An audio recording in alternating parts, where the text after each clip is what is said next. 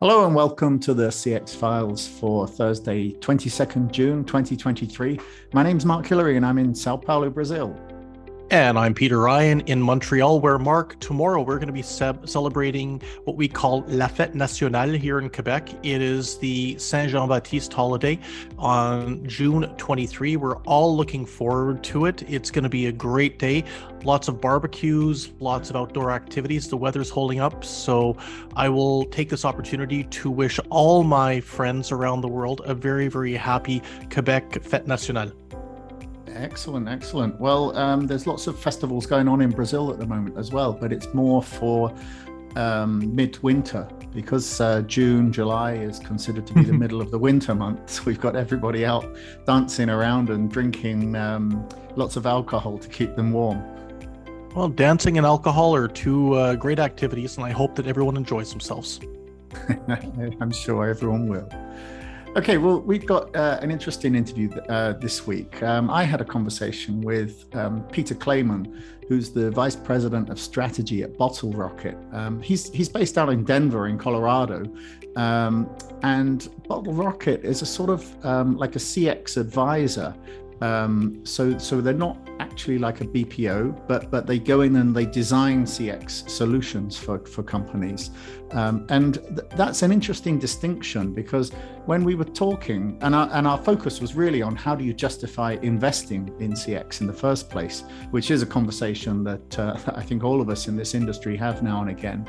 But when I was talking to Peter, his focus was very much on the entire customer journey rather than just the customer service contact center element of it. And I think that brings a new perspective to the conversation because, you know, one of his main areas of focus was how do you get all the different customer facing departments to actually work together? You know, sales, marketing, advertising, PR, customer service. You've got all these teams that are kind of interacting with customers, but often they're just in silos. Yeah, no, exactly. And I think that the discussion that you had and that we're going to be hearing this week really relates a lot to the extent to which organizations have to think long term about how CX is going to be managed. The fact of the matter is we're seeing in the research that we've done at Ryan Strategic Advisory in our most recent Omnibus survey, so many different companies are either holding firm on their budgets, they're not moving them forward, or they're actually decreasing them. And that's a terrible view. You know what CX outsources, Mark, you'll remember, and I promise I won't mention CXO anymore from Scotland this year, but you remember the discussion that Chris Gillen gave where he talked a little bit about areas that organizations could focus on. And one of the most basic ones is related to telephone answering and the fact that so many businesses just aren't answering their phones anymore. If you cannot invest enough in customer experience to answer the telephone, to take a simple query or to make a reservation for a restaurant or to take an order, there's a lot of problems in that business. And to my mind, executives that are thinking long-term are thinking about how best to invest. They don't have to throw money at problems, but they've got to think about what resources they need, target them, and make sure that those specific areas of CX get the resourcing that's required to do a good job. Yeah, absolutely. And, you know, I mean, since President Biden in the US actually created an executive order saying the federal government should deliver great CX, I think we've seen, you know, an interesting focus on this in the public sector as well. But the reality is, if you look at a service like the IRS in the United States, 9 out of 10 phone calls don't even get answered. So Yeah. Some of the stuff they need to do is actually very simple. It's just like, well, get enough people to pick up the phone. Yeah, and I hear this from different citizens of different countries from around the world. There's a real issue in terms of the public sector being able to manage relatively simple queries. And the problem is, too, there doesn't seem to be any accountability on the part of the public service, no matter what the country or jurisdiction, to feel that they need to. And the fact that you've got to have the president of one of the most powerful countries in the world sign an executive order to effectively mandate federal employees to do this, it speaks to a problem. And I think this is why I'm really excited to hear the chat this week to find out a little bit more, whether it's government, whether it's private sector, whether it's even the nonprofit sector, what can be done in this regard. Yeah, and I think that, it was one thing we also touched on in our conversation. So what you're about to hear in the interview is something we did bring up at CXO, and that was really what is the future for BPO itself. As we see greater automation, greater use of tools like AI, how much of the customer service process is being delivered by technology companies rather than companies focused on contact centers. That I think that's going to be an interesting development. Well, why don't we go straight to the interview, Mark? I'm looking forward to hearing about what can be done in terms of resourcing CX properly.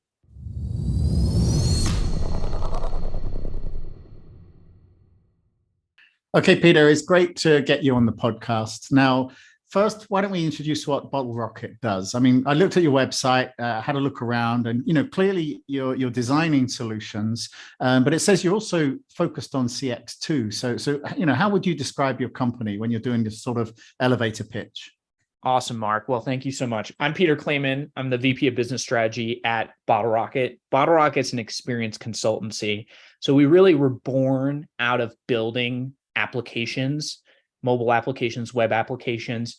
But what we've noticed, especially over, let's say, the last 5 to 7 years, is organizations are increasingly more and more focused on the entire holistic customer journey. So we're doing more and more consulting work. This consulting work might be very up funnel, looking at tech debt and ways that systems are reducing the agility of customer experience. And that is complex work to untangle. Oftentimes we find that major backend systems are one of the greatest limitations to enabling front-end experiences, but they're long-term projects to rip and replace. So the juice versus squeeze, the ROI picture gets a little distorted there. And then it runs down into like, how would you change your business experience? So for some organizations, they might have been already experimenting to do things a certain way and know that they just have to evolve. The market's evolving that way.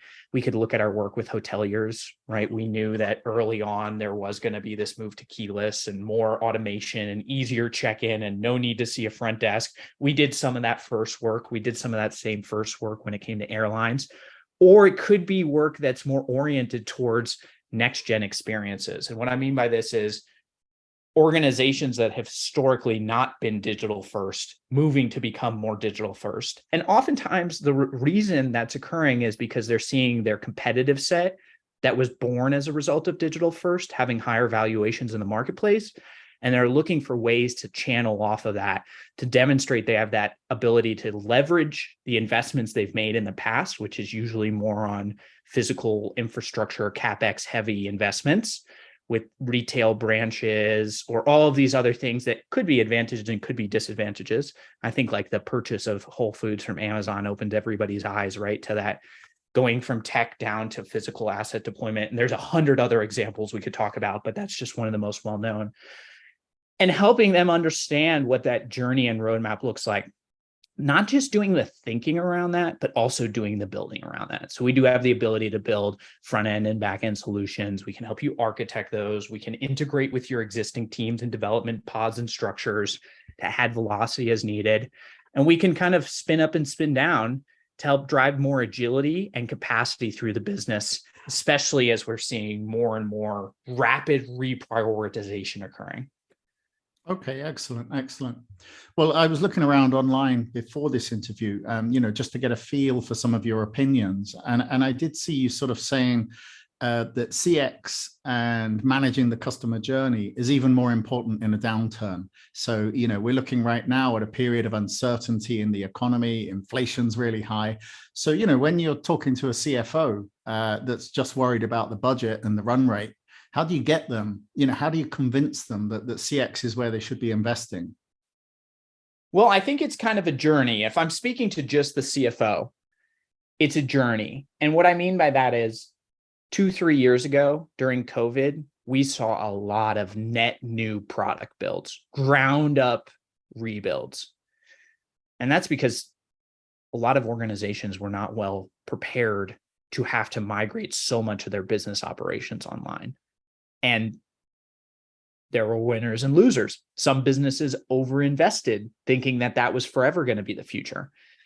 And we're seeing that, especially in the early part of this year with a big round of tech layoffs, but that wasn't just universal to tech, right? And a lot of those people got scooped up pretty quickly. If I'm sitting and I'm talking to a CFO, I want to do a couple of things. The first thing I want to do is not assume that they understand the SDLC, the software delivery lifecycle. The development lifecycle is long and vast. And still, I find that when I sit with folks who have more of a financial background, they approach it like building a building. And when you build a building, you have the plan for how you're going to build the building before you build the building. It's very uncommon to see 13 floors added to your skyscraper 3/4 of the way through building your building. That is not true for digital operations. Now, I think this is getting better, but you do have to look at those enablers, and you have to, for me, assume nothing. Assume that you are really working with somebody who was educated in a different mindset, who sees the world through a different lens, and who's going to have trouble creating an ROI or value justification before you even bring them any numbers. We're not talking numbers right now. We're just talking feelings. So in that situation, I always start with like the ecosystem. This is the ecosystem you have today. These are the channels that are producing the outputs. This is where your customers are and aren't converting. This is where you're experiencing a lot of margin pressure. And oh, hey, by the way, this margin pressure isn't unique to you. One really good example there is third-party delivery for restaurants. Huge margin pressure on third-party delivery. And I could envision a world where 50% of revenue in the future for some restaurants is associated with third-party delivery. If you're not investing to get ahead and build those personalized relationships with your customers today, I don't care what your this year financial output looks like. Your long-term margin pressure is going to be immense, and you're going to have competing priorities to invest against. So sometimes it's helpful to look at the long term and look at those global trends, especially in a highly competitive market like restaurants. Sometimes it's really helpful to couch it in the evaluations that you see others achieving as a result of incremental investments. Doesn't mean you have to go invest a tremendous amount of money. It might just mean you have to talk about your investments differently today and orchestrate the ecosystem to do more. And then sometimes there's a very clear net new market that is addressable that wasn't addressable in the past. That third sell is always the hardest sell because there's uncertainty in any projection like that. Yeah, it's interesting because you're talking about like an ecosystem of interaction with customers along a very long journey of interactions, and that might involve apps, websites, even physical stores. So there's a variety of different ways that you're going to interact. And I think that quite often when I talk to people in this business, customer service is seen as interchangeable with customer experience. And normally when I think of customer service, it's just that kind of like the contact center operation rather than the entire customer relationship. And I think that we often find people unwilling to invest because they see it as a cost of doing business. So how do you kind of switch that mindset from, oh, if we're building a customer service strategy, that's just a cost to our business, compared to here's all these interactions with customers where we could get value from them? I think this is going to be the great shakeout. And I don't think you'll be successful on that pitch with likely the majority of organizations, transparently. And that's okay. I think if you look in the historical business ledgers, you would see the same to be true as well. There are always these types of global shifts that forward-thinking organizations lean into and are paid material dividends over time as a result of that. So, okay, great. 2/3 of the market isn't addressable to that narrative. You have to go after that third that is addressable to that narrative and work with them to build best practices. Use those best practices to demonstrate points of value differentiation, places you have clear value cases. And that's because they'd be willing to take those investments with much less certainty of outcome. And then use those types of things to do. It all routes back to something called adjacent user theory, which is some stuff coming out of Silicon Valley about almost 10 years ago now. Wow, quite a while. But adjacent user theory states that you should always go to the next user group closest to you. So don't try to skip the queue and go all the way to the laggards. If you're familiar with the book Crossing the Chasm, an oldie but goodie that everybody should reread because it's got some valuable lessons for today. Go to your next user group. So then if 2/3 of the market is unaddressable, what's the top 10% or 20% of that 2/3 unaddressable? Maybe they could be swayed towards that way. Maybe they're getting a new chairman in the board. Maybe they have a new board team, right? That's going after a new way of thinking. Maybe they have net new competitive pressure. But the laggards of the world are going to see it as a cost and see it as a cost all day and are going to lose long-term customer loyalty because they aren't thinking holistically about the life cycle customer engagement. And they see it as a moment in conversion rather than a series of lifelong relationships with a brand that drives that type of programmatic purchasing and ever-present brand consideration. But that's a hard pitch. How do you measure ever-present brand consideration?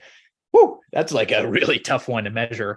And it's a really tough one to put dollars against, but that is in fact what we are going after. We're going after the double funnel where we engage customers up front who have never been aware of the brand, turn them into loyalists through re-engagement campaigns that span call center interactions, support desk interactions, customized messages and narratives that are delivered via push notification, email, or preferred preference channels like SMS. It depends on what the customer wants. And the truth is, you might have customer cohorts today, generally skews older, who want to talk to somebody. And you might have customer cohorts today, generally skews younger, who absolutely do not want to talk to somebody.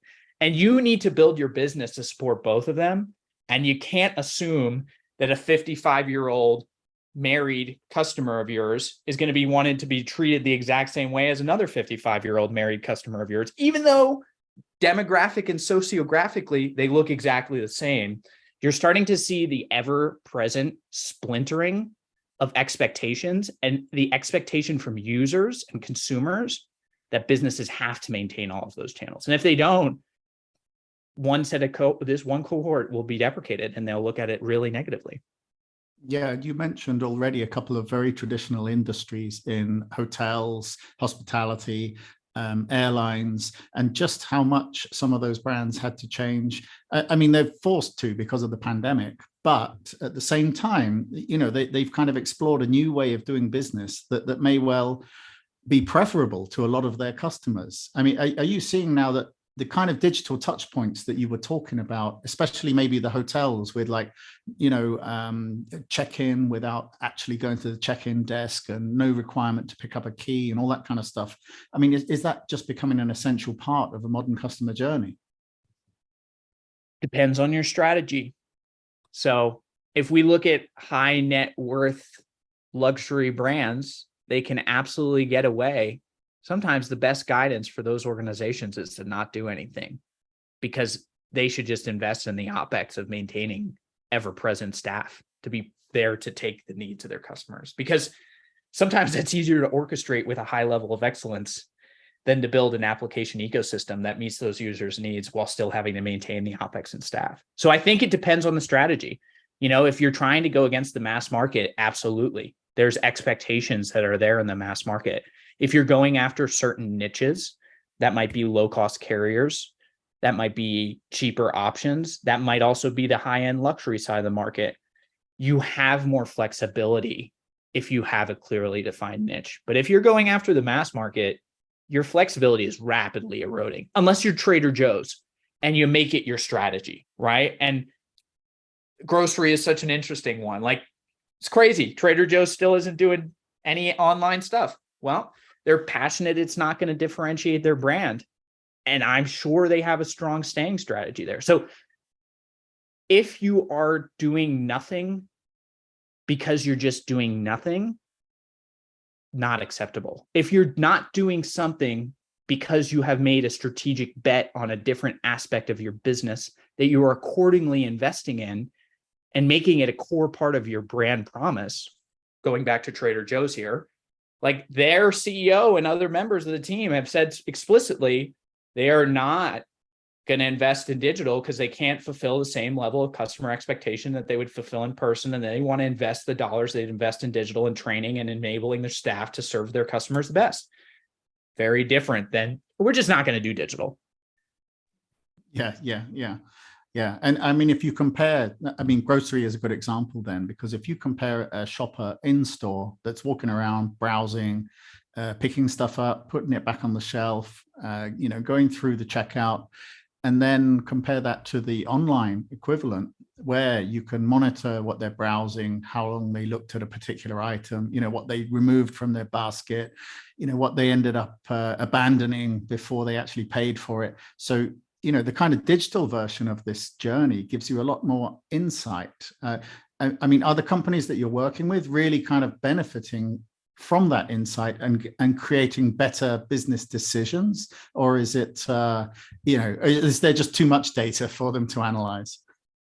Mark, you're asking the tough questions that probably have a series of answers. So if you go to any major conference, you're going to hear about the 64,000 things that organizations are doing when it comes to data. I am not going to make a universal across the board statement that organizations are not using data effectively. I don't think that would be well served to your listeners. I would be highly skeptical of most claims stated around the utilization of data, though, because the source of the data and the quality of the data is very different than the insight generation. And you just named like 3 insight generations. You named a lot around inventory management, intent, conversion, right? So what? What do you do with that? And that's where it gets really complicated right now, which is organizations, for the most part, are still structured in such a way to allow for the historical siloing where, oh, that's a marketing thing, or, oh, that's our data team. And like, we meet with the digital team on a monthly basis. You are not yet seeing, and once again, these are generalizations. I'm sure you could always find examples of differentiation, but in general, you're still seeing marketing's responsible for intent and demand. And then, we have our supply chain team doing SKU management, and we have our digital product team doing the digital checkout flow. But that digital product team data doesn't necessarily flow back to on-prem supply chain. You're seeing the data from the customer journey is not passing through in a service design, customer-centric oriented way within the organizations, which is driving a huge amount of limitations when it comes to using that data to do more. It's a structural thing. It's like, we have orgs that were built pre-internet days. Now, this isn't always true. But for more historical companies, you have to be cautious and really evaluate how your silos are benefiting or depressing your organization's ability to action on customer insights and enable true customer centricity. Yeah, I like how you describe an ancient company as pre-internet. Oh, hey, there's no comparison here, right? Yeah. But that exactly comes down, I mean, this leads into the question I wanted to ask you then about some sort of traditional kind of customer experience planning. I mean, traditionally, we've seen silos within organizations. You've got advertising, marketing, PR, customer service, and sales. All of these departments are actually customer facing, but they kind of face the customer in a different way. And traditionally, what we sort of think of as customer service is essentially the contact center. It's where the customers call in or they send a text, and you've got all those people handling that kind of interaction. And when we talk about the whole kind of outsourcing of these processes and working with a company to help you with your customer interactions, it's a BPO, business process outsourcing. I'm going to take that contact center and drop it into one of the big BPO companies. But everything that you've talked about since we started this conversation is about service design. It's about taking the entire customer journey, putting yourself in the shoes of the customer and designing a customer-centric solution. So that doesn't matter if they're responding to a marketing pitch or sales, or, they saw an advert and they're responding to it. It's not a post-purchase call because I've got a problem setting up my Samsung TV, So you're talking about a kind of holistic relationship with the customer, whereas the entire kind of customer service business is just focused on contact centers. I mean, I don't know. I mean, is that approach obsolete? Should we be looking at the entire customer journey and coming at it from a designer's point of view then? Depends how executive incentives are structured. I mean, that's the truth of the answer, right?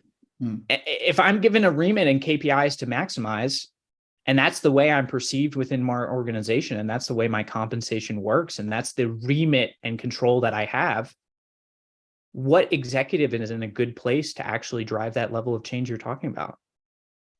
Yeah. Very few, very few.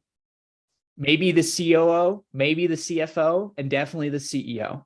Yeah. Well, and often it's the client company that's driving the BPO to behave in this way, because often they will say, look, our customer service team is 200 people. So we're going to pay you to have 200 people in your contact center, and we'll pay a premium on top to cover the technology and all that stuff. But I guess, you guys are not charging for your advice based on, we've got 200 people in a contact center, like the FTE, full-time equivalent model. I mean, I guess you must be charging like an agency or based on success or something. So I mean, I don't know. It just seems like that there's a completely different approach to the same question, which is, how do you manage a customer journey? I mean, it depends how critically important that moment of customer interaction is for your long-term business success. I think that's what it comes down to it, because oftentimes those BPOs might be providing staffers who are the face of your brand. They might, in fact, be the only humans a customer ever talks to. That's a little scary sometimes. That's not just a cost equation. There's some brand risk there as well. Now, the question is, how big is that brand risk? Is that brand risk manageable? And do those moments of frustration preclude you from re-engaging? So if you have tremendously easy switching costs, like if you have low barriers to exit, great, you have to invest more in customer service, because that's going to be a critical touch point, especially if there's a relatively high frequency of purchase. We're not talking the mattress firms of the world, right? We're talking the groceries, e-commerce, consumable goods. But if you're talking airlines, I'm not always convinced you have choice. I think that's what a lot of people sometimes forget, is like, how much choice. Now, for somebody who lives in DFW, Dallas, Fort Worth, London, New York, LA, you have some choice. There's a lot of people, a lot of carriers that service those routes. But like, what happens if you have a terrible experience with United and you live in a United hub? Are you not going to fly United? Are you going to take a layover and pay more money to not fly the brand again? And I think that sometimes we have to also characterize support in the context of consumer choice. And if you're in a captured market, now, any airline executive here right now would say, it's a tremendously competitive market. We have to bid for gates. Customer service is paramount to our business. Okay, fine. But like, route competition is route competition. We all know that you don't have tremendous amounts of route competition. We know your competitive strategy is not based on high competition environments. Or if it is, you're doing something wholly different, and you're probably approaching it very differently. And you're doing something that's unserved in the market, and you're not a major incumbent. You're like an upstart that's trying to shake things up. So it's very complicated to understand exactly what the right strategy is going to be to serve, because you have to think about how easy it would be for somebody to use that experience to move somewhere else. And I mean, healthcare probably is another really good example. You don't have tremendous choice when it comes to healthcare. And so there is another example, right, of areas that organizations can choose to make differential investments. But if you're forget that I'm talking to somebody from the UK. So you have socialized medicine, and you just totally don't have this whole world of the US healthcare behemoth, right? But there's urgent care in the United States that are meant to triage before you go to primary care. So what's that called? E&O, in Europe, in the UK, right? You have your emergency room that you wait for a while to get into, and then you have your like primary care facilities. Either way, in the United States, if you are an urgent care provider, you probably have to invest a lot heavier in that CX holistically along the journey and your experience in contact center, because there is so much more choice. If you're a hospital, you don't have that same level of choice. So there's so many trade-offs here on relative position that are going to inform whether or not that BPO-led strategy makes sense to you, whether or not it makes sense to have brand representatives for those customer touch points, and whether or not someone's going to remember that 4 years ago when they bought a Samsung TV and had trouble setting it up, they called support and struggled with it. Now this year they're shopping for a new one and they're not going to consider Samsung because 4 years ago they had a bad customer experience. I'm not willing to take that bet either. Yeah. So that kind of frequency of repeat purchase, actually, it plays into this a lot more than some people give credit for. Oh, tremendously. Yeah, tremendously. Absolutely. And that's going to be the struggle, right? How do you build a lifelong brand relationship with an organization you don't interact with frequently and you don't really want to hear from in the interim? Yeah. Well, the classic for that is insurance, because the only time you ever contact your insurance company is when they want money for your policy, or you've got a problem. You know, you've got a dead relative, or you've got a car crash, and that's the time when you need to interact with. And apart from those two times, you never interact with the company. Yeah, rough. Yeah. All right. Okay. Let's wrap up then and just look at what should we be looking out for over the remainder of the year, in your opinion? Because certainly the first half of this year has been dominated by everybody talking about ChatGPT and how we're going to see AI transforming customer interactions. But you talk to some industry insiders and they say, well, actually, it's transforming everything for our employees, but not necessarily the customer interactions. So it seems that it is a lot more complex right now. Yeah, I'm always a big fan of looking at historical improvements in labor force productivity as a result of changes in technology to dictate where the future is going to be. Mark, I'll tell you one day that strategy is going to break down, but thus far it's served me well. And what that tells me is be cautious about how much labor force productivity improvement you're going to see from AI over the next 2 decades. If we achieved a 1% increase in labor force productivity in the United States as a result of AI, it would be incredible, like world leading, shattering. But you have to think about what a 1% labor force productivity really means. Like that means that leading firms are getting 10% more efficient per year and lagging firms are getting less efficient per year. Like there's always going to be an average built into that. But even 10% doesn't seem super dramatic versus how people are talking about it today, where like we're all going to have to get on universal basic income because there's going to be no jobs left. McKinsey just put out a really good report on this. There's definitely going to be impacts. I think that like the important thing to recognize is that EQ is extremely challenging to replicate for technology. And the things to look out for this year, if I had to give you a summary as a leader who is involved in customer operations, research and development, strategy, digital orientation, or even a CFO who has an organization that serves customers, and those customers, B2B, B2C, I really don't care here. A couple of things to watch out for. One, yes, you need to develop some aspect of an AI strategy. Your AI strategy needs to be heavily grounded in reality, focused on small experiments where you can minimize risk and brand downside.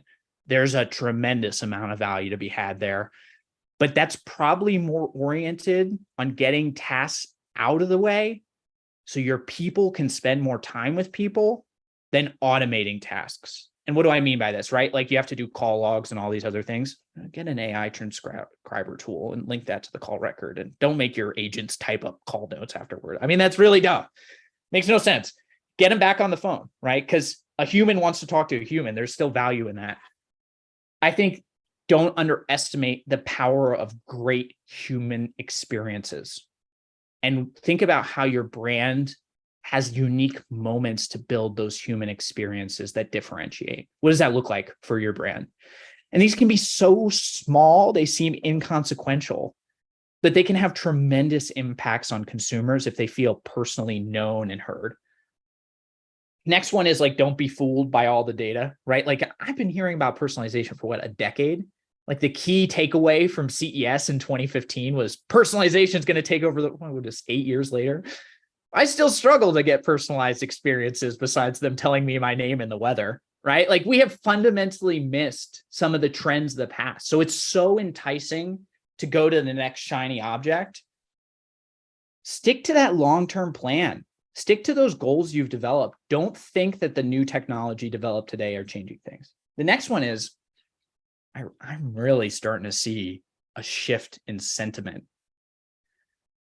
And I think this has a lot to do with interest rates, but I really feel like we're exiting the decade of design and entering the decade of business. And what do I mean by that? Before, you had killer UX, killer experience. It was easy to differentiate yourselves in the marketplace. You put a parallax site up at a startup and you can have a pretty decent looking site that looks to the major multi-billion-dollar competitor today. There is not a huge amount of differentiation to be had there anymore. Now we're going to start thinking about the ecosystem. We're going to start thinking about the platform investments you've made. We're going to think about where you store the data, how you use the data, how that informs cohorts, how the cohorts are communicated with. In that world, don't underestimate how much tech debt you incurred as a result of hasty decisions in the past. This isn't pointing fingers. Organizations and executives were held to different expectations before. Big statement here is slow down and go fast, right? Set your 5-year strategy and then spend the time and money to hire or bring in a firm like us to do the solution architecture work, because you're going to have major technology dependencies for any type of agility you're looking to achieve. And it's really hard to untangle that rat's nest today. And I think probably lastly, I would try to focus on reducing barriers between your teams as they exist today. Think about those silos that exist and think about maybe how you could start having more shared goals in as an executive team. Shared accountability is no accountability. I'm not advocating shared accountability. I'm advocating that the marketing team is incentivized to work with the digital product development team, and the digital product development team is incentivized to work with the analytics team. How do you create those types of incentive mechanisms? Humans are incredibly complex and also very simple creatures. And in a way, understanding the behavioral psychology that governs the intra-organization behavior is going to be really important for building systems that are adaptable to the future demands of customers, which will ever be changing.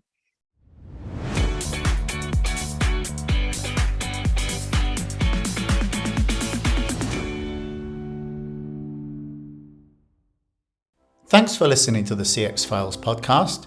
We really appreciate your feedback and suggestions. You can reach myself, Mark Hillary, or Peter Ryan via LinkedIn. Please also leave a rating or review on your favorite podcast provider, as that helps more people to find us. As always, we'd like to thank Chris Haig at Traction Media for the CX Files graphics. See you next week.